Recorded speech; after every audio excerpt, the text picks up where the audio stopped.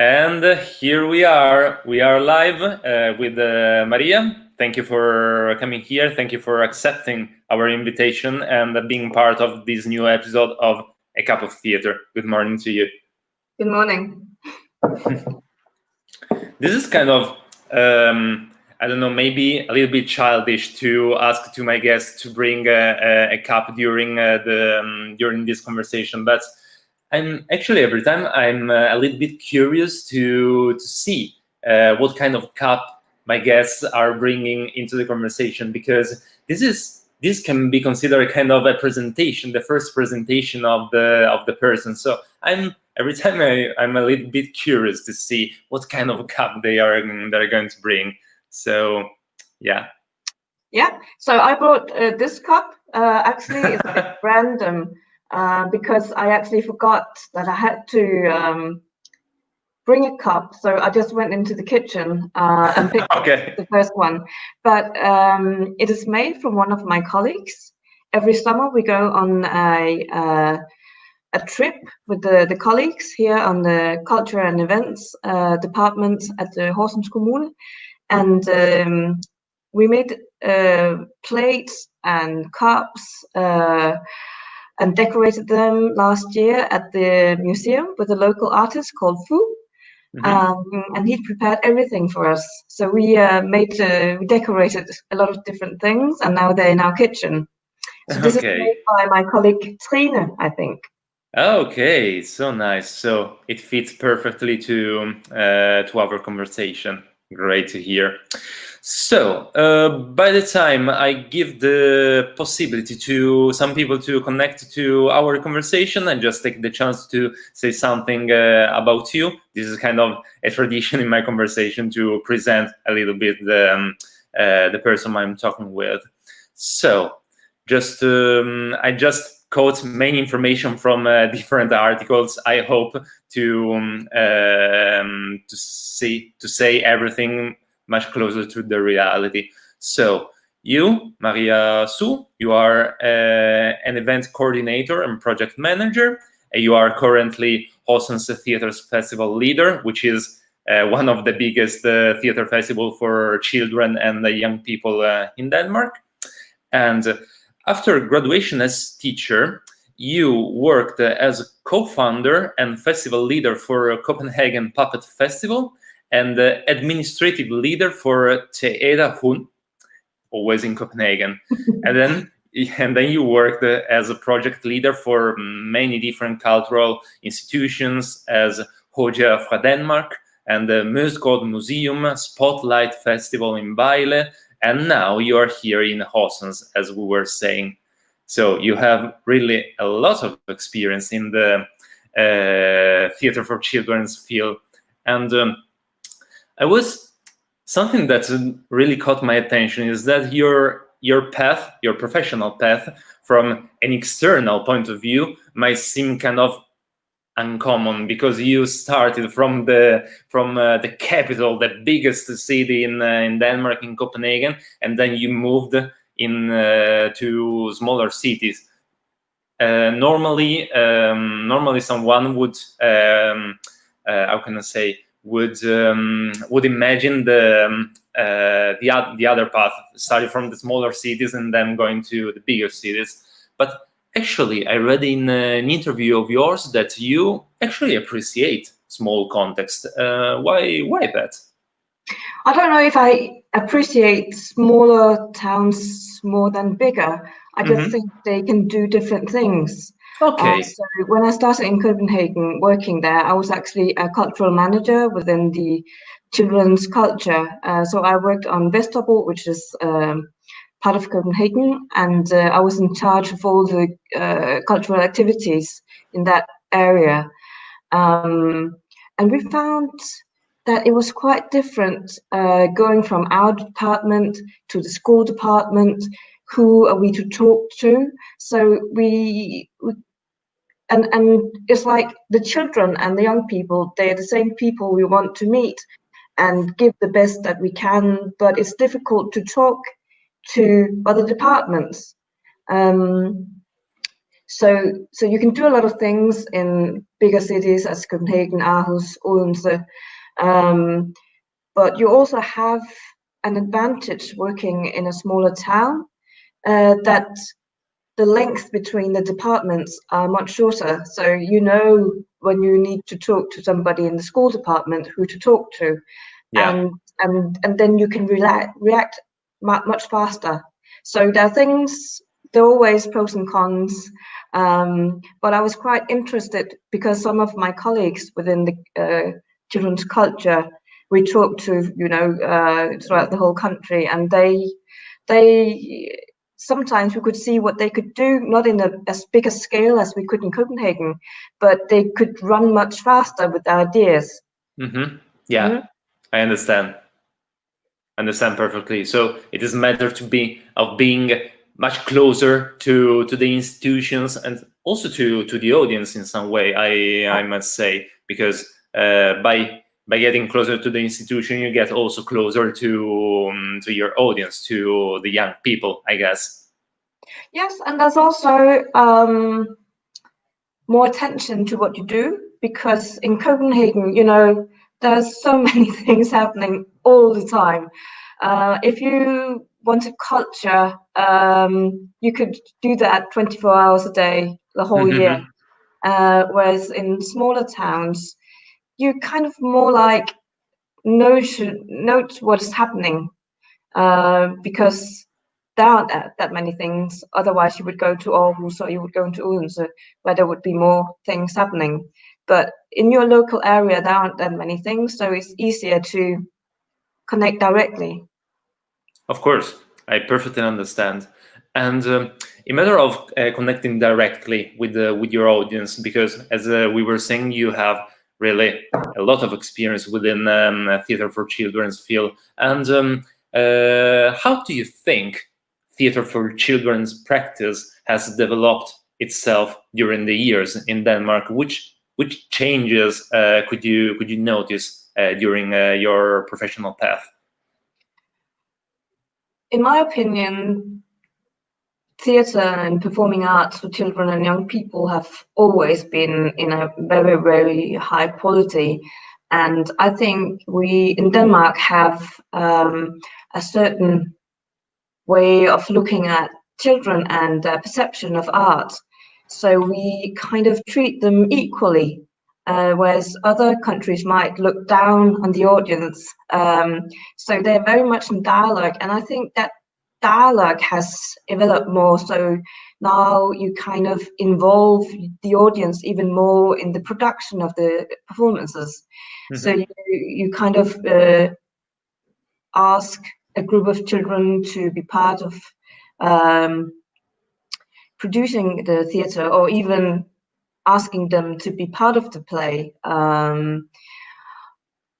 So in that way, I think we are taking them even more serious, and we really want to know what's happening inside their minds, so we can kind of adapt that into the performance and meet them where they are, because that's really the most important thing, that we want children and young people to reflect on what they see and kind of make it work in their own life. Of course, but Denmark in this matter has a really, really strong focus on the children development, because it is really there are a lot of initiative, a lot of events just thought positively for the children, but is not how can I say, is not that in that way, because personally I think there is sometimes a big misunderstandings in what made for children means, because sometimes made for children for someone may mean something that is very low level, that is not supposed to mean anything, that is just about being colorful, just about being with using strong images and just taking the children's attention for a portion of time, like if it was a tablet or a smartphone or whatever. But actually to make events for children is very complicated and very delicate work, because you have to be careful, but as you said, to treat them equally at the same time, because they will be the future adults who are going to run a country, who are going to be a part of the society. So there is a very big responsibility from this point of view. And children are very smart. They're very smart. Absolutely. They know when you talk down to them or when you don't take them seriously. And luckily, they are children, so they tell you immediately. Yeah. And that's also the beauty about it. So if you're willing to listen, you can learn a lot. Mm-hmm. But I'm quite interested to see, you come from Italy, so what do you think what are the differences between Italian? Yeah. Well, the main differences are what I was saying before. Of course, from an economic point of view, theater for children is a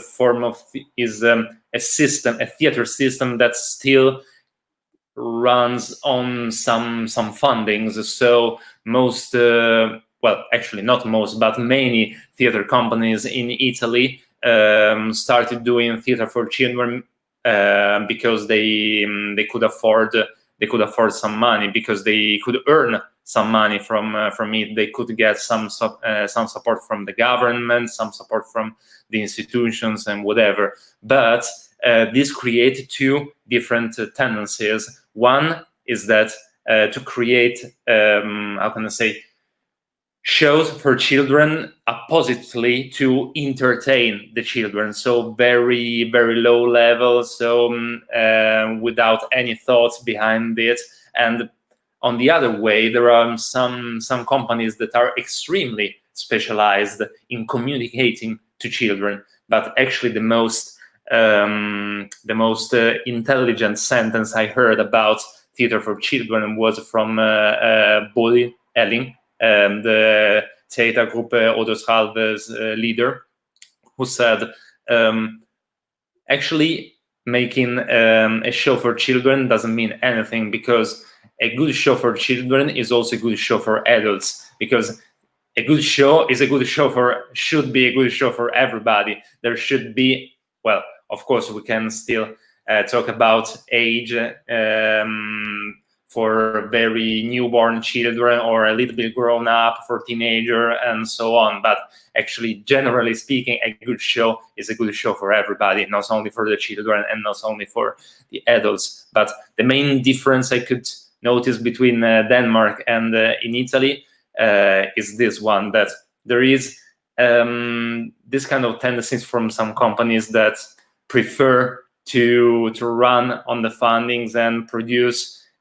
I don't know, maybe 5 shows a year just to keep on getting some fundings, instead of thinking a little bit more who their audience is and whatever.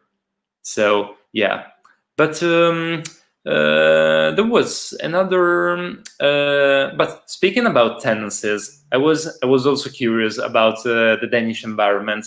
From your point of view, could you notice some common tendencies within the theater for children's practice? I mean, some common themes or some common styles that the theater companies in Denmark use most? No. That's a good thing. That's a very good thing. I think there are a lot of many different styles, and I think mostly it's very easy to say, oh, you've seen a performance with this company. Oh yes, well that's New Circus, or oh yeah, that they're really working with music and visuals or whatever. So I think the environment is quite versatile in Denmark, and we still see a lot of people challenging themselves with new media and trying to find new ways of making a performance that's interesting, and still challenge the audience without losing themselves. and also trying to adapt to different things they find interesting, trying to develop a new language that still corresponds with their with what they want to tell us. Yeah. So no, I would say it would be really, really difficult for me. Maybe you could ask someone else. Maybe next time. But are there many companies that are starting to use new media in theater for children and young people? Well, they've really been challenged during the coronavirus. So a lot of people have tried starting streaming. And what is new media? It's also quite interesting to, when you say new media, what do you think? Yeah, you're right. Because, for example, well, when I talk about new media, I would probably mean video, using video and just screens, generally speaking. But of course, yeah, there is. It could be. How can I say? It could be a discussion of what a new media is. But for example, I was noticing it with my daughter at the kindergarten, because when I went to pick her up, she was actually playing with a tablet for children, of course. So without a screen, with the blue light, but with buttons which made some new sounds. And I was actually reflecting about it, because immediately my inner reaction was, no, I don't want my daughter to be now in front of a screen. So I would like for her to have common toys, for example, puppets or whatever. But I started reflecting about it. Actually, it's not that. I'm still in doubt, because tablets and smartphones will be a part of our life, whether I want it or not. So maybe starting her to get used to it from a very young age, maybe would come with unexpected results. Maybe would be better. I don't know, because I'm still learning with her. So I was curious also if this kind of approach could be also developed in theater for children, just bringing new media or media into theater for children. I think a lot of theaters have tried working with it, and it's quite funny because this year at this festival we'll have a performance called "Fucking Alone" by Fucking Alone. Okay. Fucking Alone by Grænseløs, and they've always been very interested in new media, and they also work with puppets. So it's quite an interesting mix with puppets and new media. And when I started organizing Copenhagen Puppet Festival, which is a festival for adults, they entered with this performance, and it was the new digital world, and they were like predicting this world where everybody could live in their own room with no contact with anybody, and you could just order a pizza on your tablet and your computer, and you had a digital fish in a digital fish bowl, and you had online sex. Everything was so diffuse, and we were kind of, wow, I hope I'll never end up there. And now we take it back 10 years after, and it's very, very actual. So is video new media? No, because we've had it for a long time, but how do we work with it, I think, is more of a question. And is it, some theaters find their mission that we have to have people back into the nature. And we also have performances on this year's festival where we go explore the woods, we listen to bees and everything like that, find back to nature. and then we also have performances that go the other way, and you have to, like, you get an iPad during the performance, and you can control the sounds and things. So you really have a wide spectrum on how to work with media, and what is new media, and it's old media, new media again.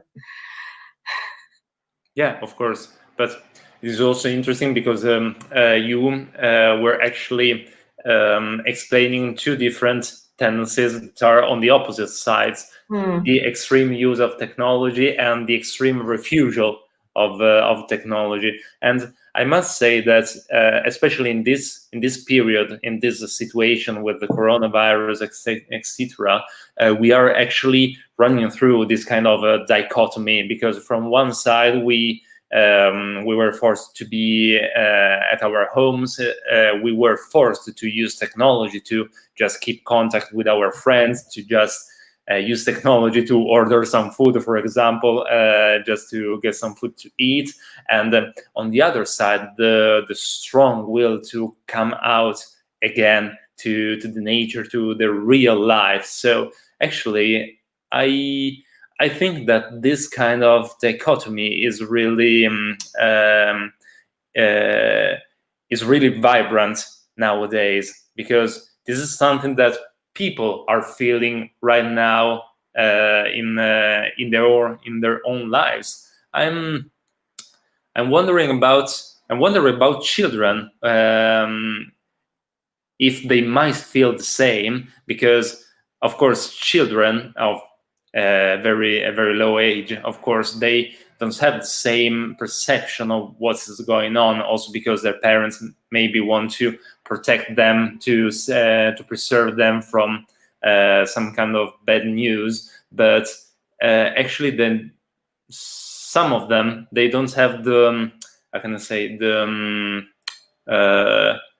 capacity to adapt to this situation. So they maybe don't understand what is going on real. So they want to go out, but they were not allowed to. So it is really a really important matter nowadays. This kind of dichotomy, I think.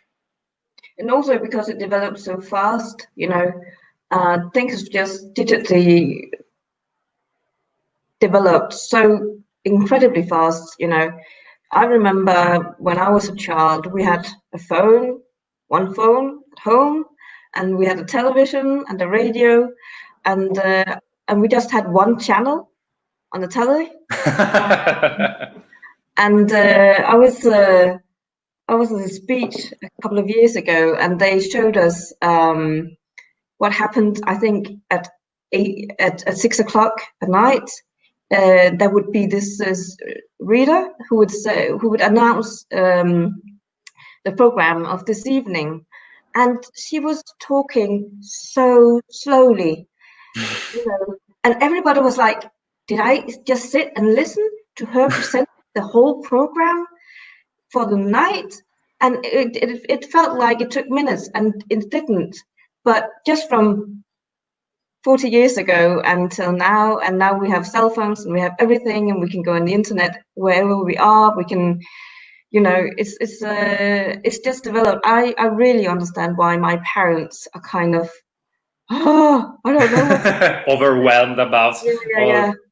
And I see myself, in 20 years being this old person who cannot do anything and will need the help of young people to install a new program or anything, because it goes so fast. So I also understand why you have to, because we don't know what it is before we implement it.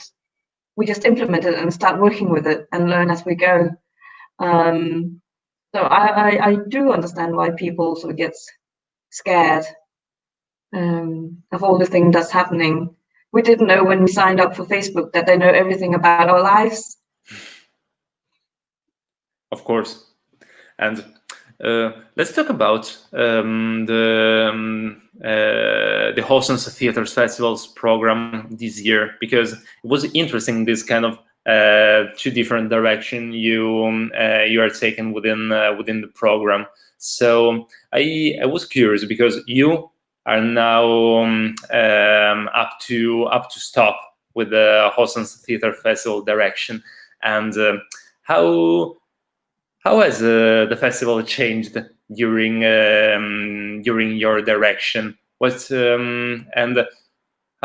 changes are up to come? Because as far as I read, you thought about a new form, a new settlement, I might say, for the upcoming season of the festival. Well, the festival has existed for 34 years, so it's quite an old festival, and it's developed quite a lot since it started.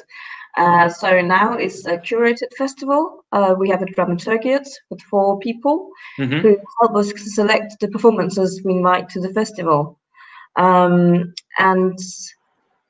then we have a director who kind of make the whole program and gather it and have a certain say in what other directions we can take. But the main program is curated by a dramaturgiate. So when I started the job 2 years ago, I found myself focusing a lot of the administrative part of the festival. And I could see that in the artistic way, I could get sparring from the dramaturgiate, but I was the one who had to take lead on things. And I don't think I was the right person to do that. I think I have both things, but I'm probably more an administrator than an artist. I suggested to the dramaturgiate and to my boss that we might want to try something different also, because what does Horsens Theatre Festival want to be? Do you just want to be a normal theatre festival with a certain amount of performances, or do we also want to have a say in what direction the performing arts are going? Do we want to create some discussions on what do we want with our audiences? What is performing arts for children and young people? I don't find myself controversial enough for that job, so I suggested that that we split up the job in 2. So we have an administrator, and then we have a program director, and everybody thought that would be a good idea to try. So now we are working on appointing a new program director who will be in charge of what is happening besides the program that's still curated. And hopefully it will give the festival another profile. And we were quite inspired by Momentum, which is a theatre in Odense. Okay. Who has they employ an artistic director for 1 season, and it generates a very interesting energy, because you can just put on all your visions and your energy for 1 or 2 years, and then that's it. So you don't have to think very much forward, and you can try out different crazy things. So I think I'm looking very much forward to see what kind of festival it's going to be, and see if it works or if we have to go back to what was before. Yeah, that's really interesting. So so you both followed an inner feeling, and both you got inspired by some other theaters, some other institutions who made the same. But I must say that it is very interesting, because it might bring some much more diversity into the festival program, into the festival mentality. So yeah, and it's very interesting. We were talking before about differences between Denmark and Italy. What I love really much about Denmark is that they don't have that. Denmark does not have fear to experiment, to change, to bring new ideas, to bring new forms. In Italy, this thing, yeah, of course it happens, because otherwise we would be dead such a long time ago. But it is much lower, the level of change, because of course this is a cultural background that that presses really heavily on our shoulders, because we have a lot of ancient architecture, we have a lot of ancient things, and blah blah blah. So the cultural ministry itself, it is called the Ministry for the Preservation of the Culture. It says a lot of of the Italian mentality in relation to the culture, and this just not gives the possibility to new ideas, to new people, just to step forward and to express their opinions. And this reflects also to the relationships between the oldest generation and the young generation. You were saying before that many, at least some, hopefully, of the theater for children is one direction. So we are the adults just looking at you children, and you have to learn and you have to watch. This kind of approach is unfortunately really present in the Italian environment, both in theater and both also culturally. And this is why I love really much then the Danish environment, because there is this common level.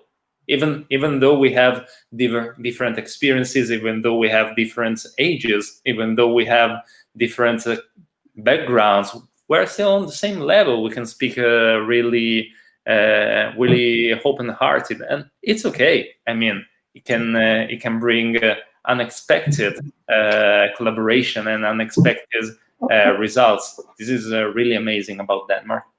But what do you think we can learn from Italy? What I think you can learn from Italy? This is a very interesting question. From my perspective, when I came here 3 years ago, I was a bit skeptical about the Danish tendencies to relaxation, because here in Denmark there is such a relaxed environment. There is no such high competition. Well, of course there is a little bit, but not that much. And so I was just saying, but why? If we want to do it, let's do it. Let's put some more urge into our actions. But because in Italy we have the opposite problem. We have too much high level of competition. So there are a lot of stressed people, a lot of nervous people. Everybody's stressed. Everybody needs to hurry. Everybody needs to rush. And if you don't succeed your goals, you feel yourself just like a loser. And there is this kind of separation between the two different levels. So, as I learned a lot from the Danish environment to just take some more relaxation into my common behaviors, maybe something that Denmark could learn from Italy might be a little bit more of rage, I would say, a little bit more of I don't know. I would call it fire. I don't know if you understand what I mean. This is an Italian image, to have the fire inside you. But so do you think? So do you think Danish people give up too fast, or what do you mean? In Denmark, or? Yeah. Do you need that fire? Do you need that competition to want to do more, or where is that fire? Is where something? Where would you benefit from that fire? I would benefit in matter of I'm talking about personal growth. I'm talking about personal path. So I would benefit in matter of being more not focused, but to fight until the end for my dreams, for my ideas to come true. Of course, here in Denmark, or at least as far as I could tell, there is this really beautiful environment. Everybody, there are a lot of meetings within the working environment. There are a lot of discussions. There is really how can I say?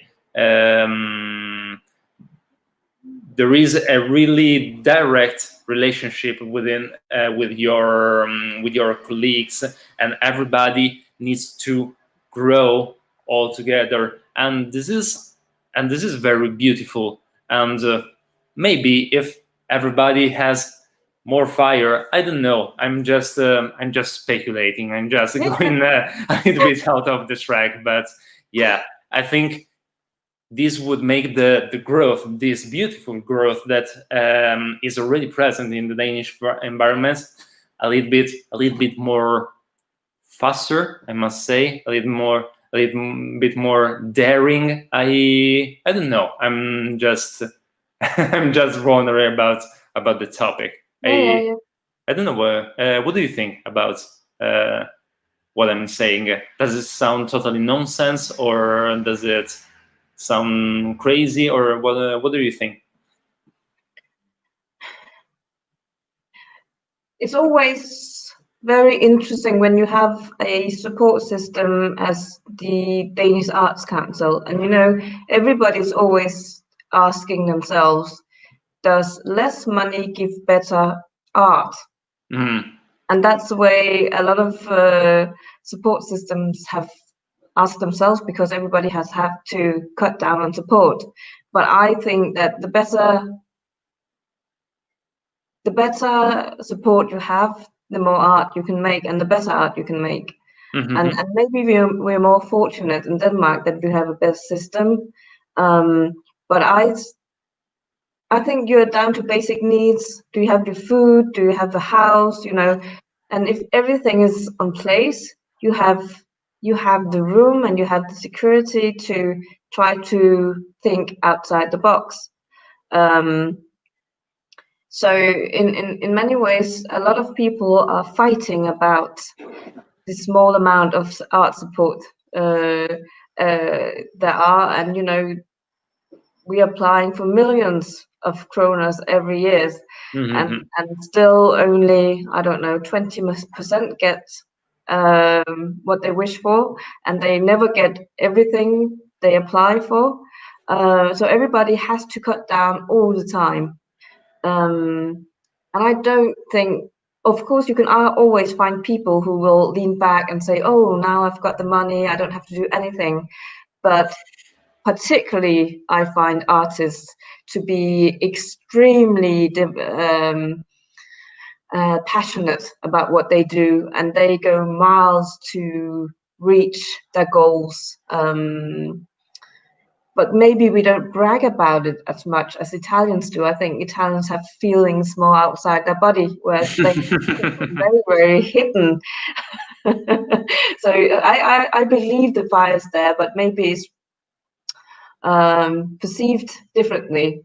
Of course, and well, when you talk also about such different cultural environments, it's always difficult to just try to find a bridge between them. And of course, it is always there is always a big risk about talking about common behaviors within different cultural backgrounds, because most of the time you fall into stereotypes, because okay, Danish people are cold, Italian people are warm, but what does it mean?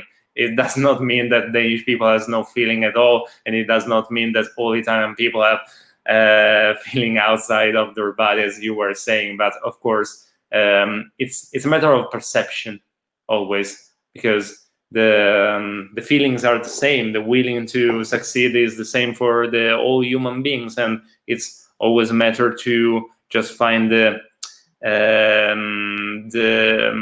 appropriate grade of perception in every person. But it is also a matter of creativity. It is very interesting to listen to your point of view about fundings, because there are some artists who need to struggle in the middle of difficulties, in the middle of economic and personal difficulties, to bring to the outsider their beautiful art. And there are other artists who need a solid basis, a solid economically and personal background in order to feel themselves free to express themselves at their best. So it is always interesting and very difficult to talk about creative processes. I was also talking with Tatiana Chemi. I don't know if you know her. Who is Italian as well, but he's a researcher at Aalborg University within creativity, and she was saying to me the same thing. The more you try to define creativity, the more you struggle for actually nothing, because creativity is always subjective. You cannot just write it down, a schedule or a pill of creativity or the creativity secret, because actually there is not. Unfortunately, luckily, I don't know, but that's how it is. And really interesting. I would love to keep talking like this for hours and hours, but unfortunately we have a schedule. And I had a question for you that interested me so much about the current situation, because I have it's never pleasant to talk about problems, but luckily we can talk about it and maybe find some new ideas, some new solutions. So I was curious about one thing, because I was speaking also with Giacomo Ravicchio, the Meridiano Theater's leader, about it, because he creates beautiful shows for children within the puppet theater. And I asked him a question, and I would like to hear your point of view about it. Because of the current situation, well, of course, theater is facing new difficulties because of the coronavirus, because of the lockdown and whatever. And theater people are just wondering how to find new ways to adapt to the situation. But actually, as a matter of fact, this crisis showed also that children are apparently in the safest age from the coronavirus, because out of really few cases of children infected by the coronavirus, the almost total part of children were not touched from the coronavirus. They didn't develop the symptoms of the coronavirus. So for this reason, do you think that theater for children would be the one of the few theater forms to be untouched by this crisis? Or on the other end, do you think that it will adapt as all the other forms? So far, the government hasn't made any changes to their rules of how to behave, whether you're a child or whether you're an adult. So we still have these restrictions where we have to work around it. And often children are the audiences for the performances. So you will have to sit close. And for our preparation for the festival, we're still working with how to seat people. And also, but of course, it will. I think many theatres will be inspired by the event, and I think that we'll see a lot of performances in the near future that evolves around a lot of subjects that we've experienced during the pandemic.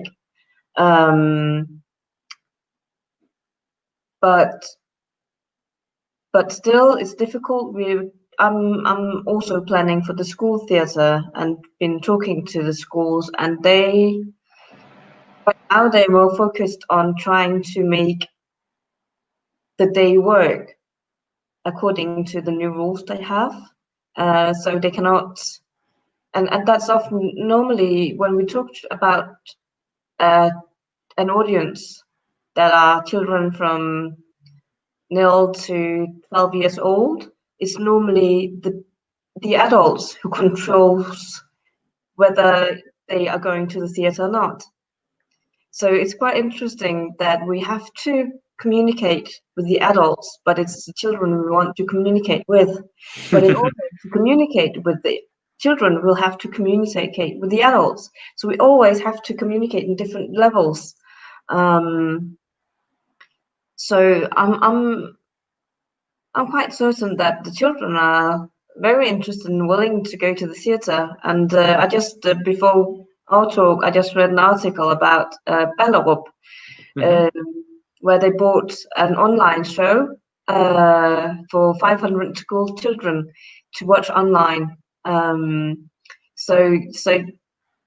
as the article read, the children also knew the difference between going to the theatre and sitting in front of the screen. Wow, that's wonderful. That's really wonderful. So they still appreciate going to the theatre, seeing live performance. And I think it's so important that we don't digitalize everything. And we all, and when people do that, they also have to work with the format of their performance. So we've seen very interesting performances online that have been produced to go on an online media that works, but performances that are just filmed with one camera or two cameras still can work, but I would at any time prefer to go to the theatre, and I hope that everybody would prefer that. I totally understand. And how's the communication with the parents? You were mentioning that you have to, in order to deal with children, you have first to deal with the parents. How's the communication going with the parents? Well, at the moment, we only got our festival in September, so that's quite a while yet, and the program's not out yet, so we're still waiting for that. But for the school theatre, we're talking to the teachers, and normally they're very glad to have theatre out on the schools, and it's their job to communicate with the children, and that's. I think it's always a challenge because some teachers are more engaged and find a culture important for the well-being of children and young people. So depending on what kind of person who presents what's going on during the school day, it really also depends on how the children will take it in. I was at a gymnasium last year talking to the students who chose to take drama, and I think there were about 25 students. And I asked how many had been to the theatre during the last year, and I think it was about 30% had been to the theatre, and they'd chosen drama as a subject. Yeah. And we just talked about why, and they said that they felt it very much going to school, because the only times they'd met theatre, it was at school, and when they were at school, they also had to talk about it and being academic about their perception of the show. So it's quite interesting how we present things to children and how they grow up with it, because you don't say now we have to go to a concert and then we have to discuss about the themes that they were playing, so even though many theatres try to develop school material, and we find it very interesting that we can also use it in schools, maybe it also have a backlash if if it's only connected to schoolwork and to something that you're forced to do. And you cannot only be in the experience and make your own reflections and talk to your friends about it in an informal way. So yeah, that was quite interesting, because I'd never thought about it that way. I just thought, yeah. That's really interesting. So, well, we have touched the 50 minutes right now, and I thank you very much, Maria. It has been such an interesting and inspiring conversation. Yeah, and thank you also to all the people who followed us, and I wish you all the best to your day. Thank you so much for being here. Thanks.